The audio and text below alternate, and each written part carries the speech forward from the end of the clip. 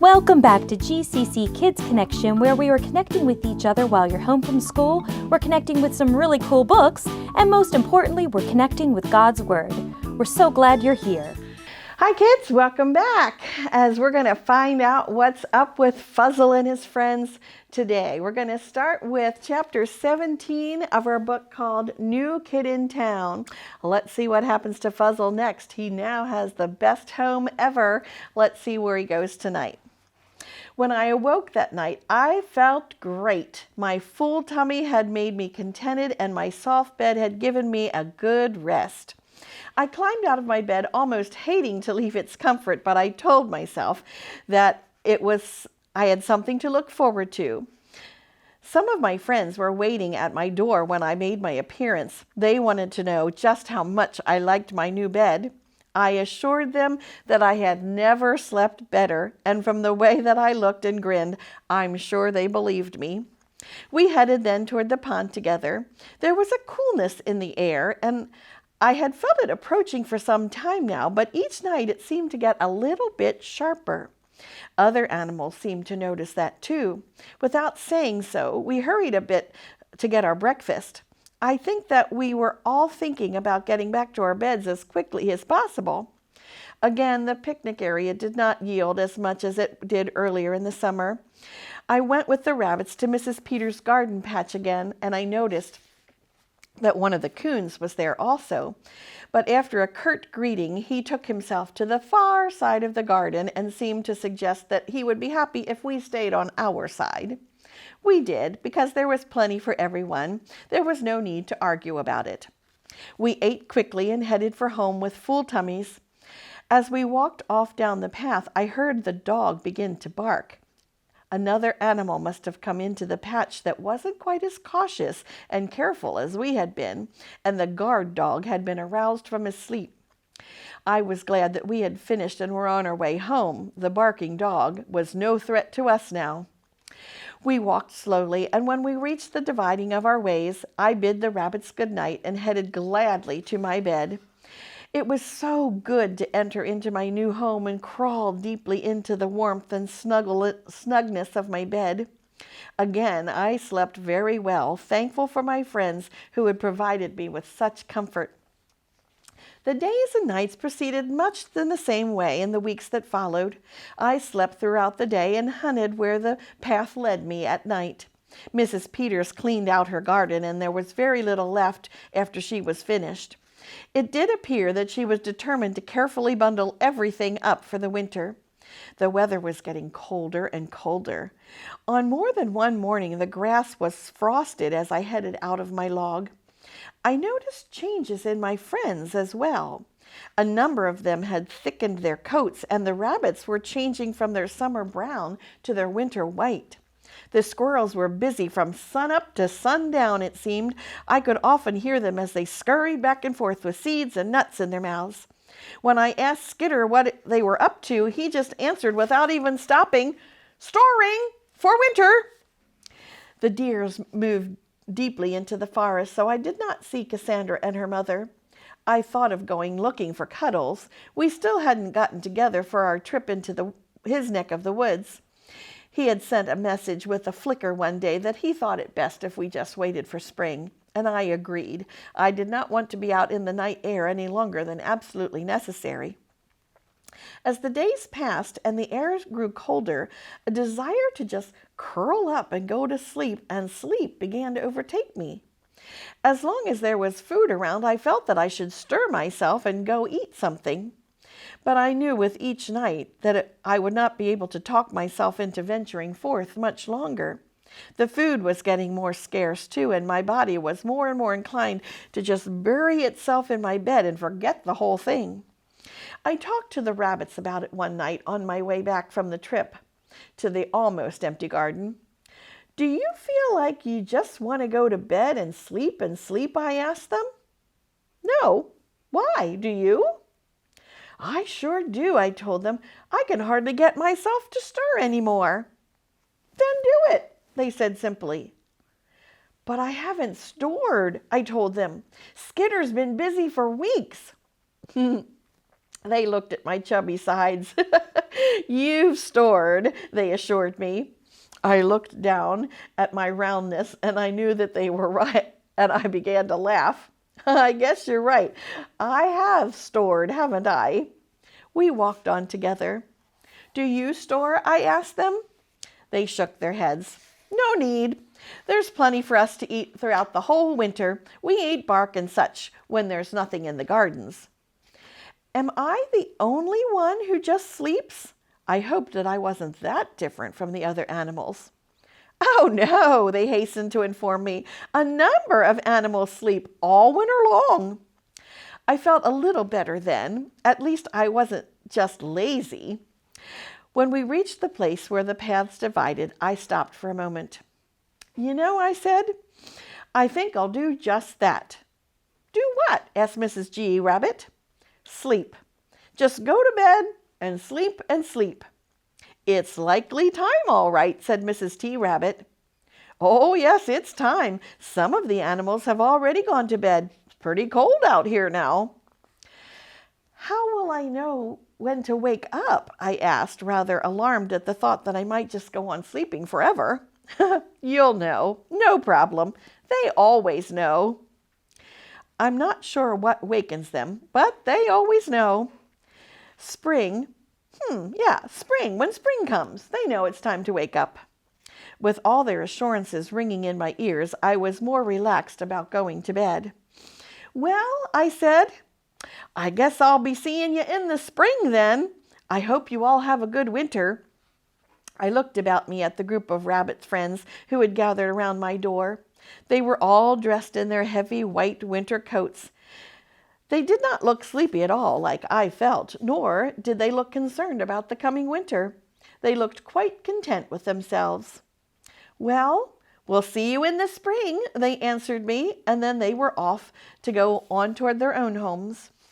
I turned into the log home that I called mine. Snow was falling now, drifting down softly. I thought of the feathers that lined my nest. The snow looked just as light and soft as my feathers felt.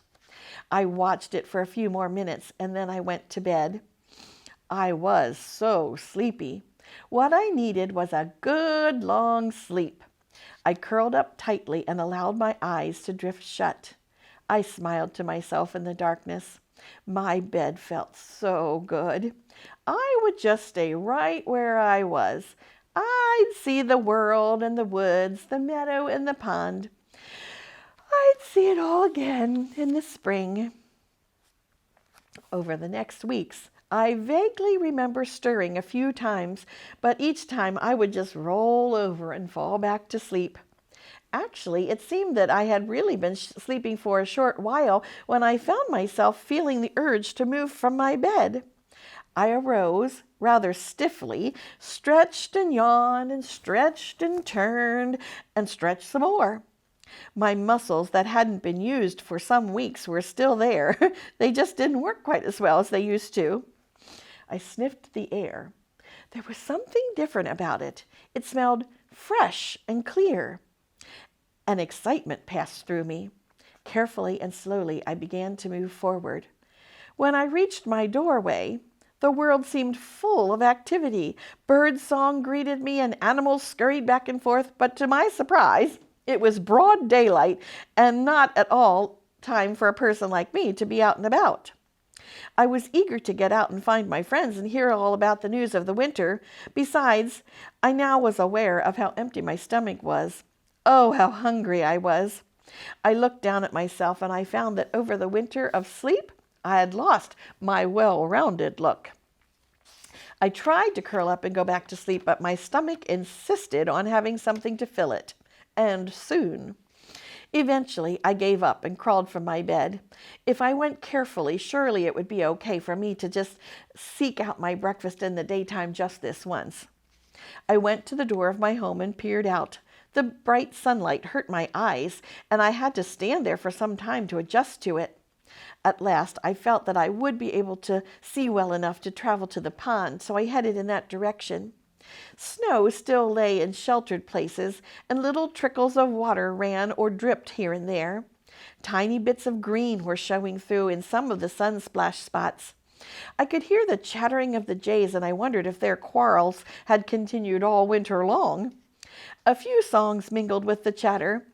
They came from the song sparrows and the chickadees. The robins and the bluebirds were not back quite yet from the south. The first people that I saw as I hurried down the path, or the first person I saw, was Skidder. He looked like he had put on quite a bit of weight rather than lost it over the winter. He was still running with a nut in his mouth, and I was just about to tell him when he came skidding to a stop and dropped his nut. "Well, hi, Fuzzle. How was your winter?" I hurried to meet him. "Fine, I slept like a top on that feather bed. And how was yours?" "It was a long, hard winter," he said seriously. "It didn't bother me any because I had plenty stored away, but it was hard on some of the animals. I'm sure they'll be glad for warmer weather and better food supply." I was surprised to hear of the winter. It had been so easy for me to forget all about it. "Who had problems?" I asked, concerned about my friends. "The rabbits found it especially hard.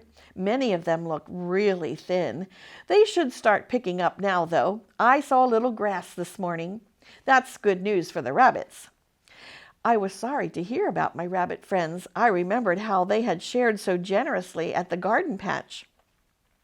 It was hard for the birds, too, but the Peters put out feeders for them, and that helped tremendously. I don't know how they would have made it without the help of the humans. Skidder changed his tone then. "But spring's here now, and we're all going to get fat and saucy again." I didn't tell him that I thought he already looked pretty fat and saucy. Suddenly he stopped short. "Hey, what are you doing up?" I stopped too. "It's spring," I said simply. "But I mean in the daytime. Did you decide over the winter to become a day creature?" "No," I laughed. "I'm just hungry, so I decided to see what I could find." "Well, I'm afraid you're not going to find much. No berries, no picnic barrels, not many bugs, maybe a few frogs." "Frogs?" I said in disgust, remembering my poor attempts of catching them. When we reached the pond, I was surprised to see that it still had ice covering parts of it. A small section was free and flowing where the beavers had kept it open. There were not many people around that I knew. The other night creatures were smarter than I was and was waiting for the sun to go down. I was terribly hungry, but Skidder had been right.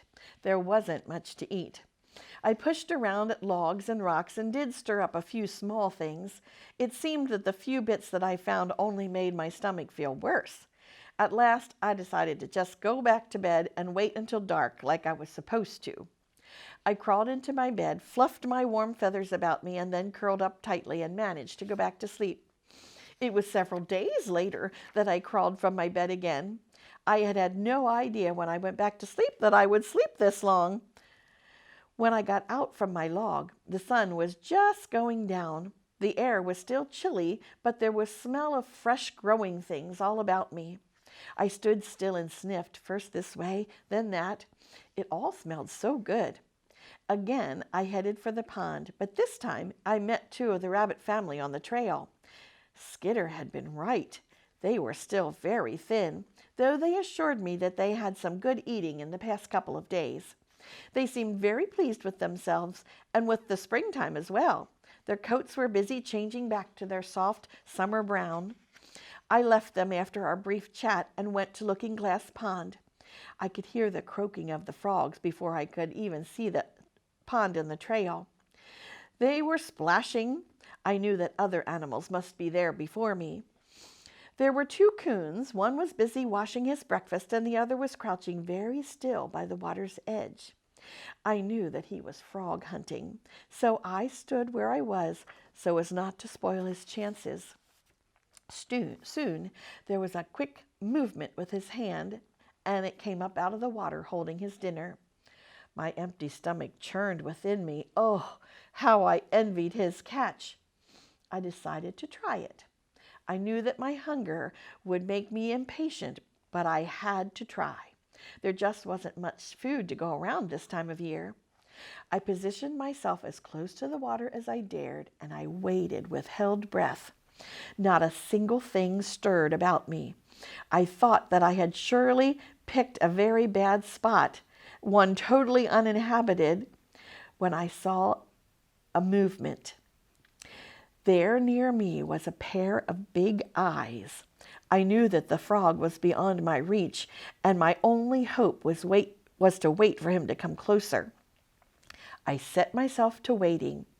My stiff muscles complained and my stomach growled. Surely, I thought, I could stand this no longer.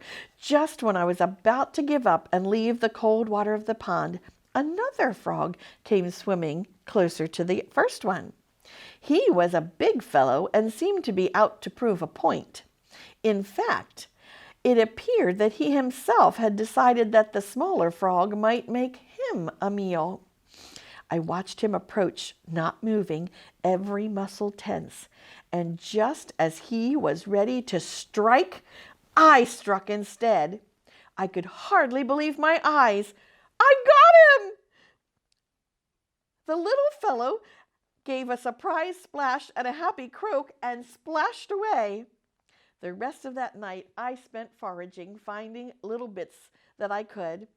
It was slow and plodding work. When the night was over, I was far from satisfied when I went back to my bed. The next several nights went much the same way, and then a strange thing happened. It began to snow again. I was bewildered and frustrated by it all. It seemed that the spring had not been very long, and where had the summer and the fall gone? I hadn't even noticed them. I headed back to my log den, shaking my head and all mixed up. On the way, I met Flossie, and Mittens was with her. "Where are you going?" Flossie asked me. "It's not time for the sun yet." "I'm going home," I said disgustedly. "It's snowing again. Doesn't seem like we had any time. Why, I haven't even had one decent meal yet, and here it is time." Flossie began to laugh. "Grandfather says that we might have snow a number more times before summer is here. It has already snowed and thawed many times this spring. You just missed them because you were sleeping, that's all. The sun will likely melt it first thing in the morning." "You really think so?" "Sure. Just you wait and see." I felt better about what Flossie said, but I went to my bed anyway. I slept for several days before I wakened and came out again, but Flossie was right. The air was warmer, and I saw patches of green all around now, and when I met Flossie, she looked like she was losing her lean, shaggy look of winter. I missed Mittens again and asked Flossie about her. "Oh, she lives over near the meadow now. She doesn't come out too far right now. She has a family of her own, you know." I was surprised at that news, but I guess I shouldn't have been. "That's very nice," I said to Flossie, and grinned in agreement. After finding what I could to eat, I went back to bed again. I would be so glad when there was more food available. I never was going to lose my skinniness on these small rations.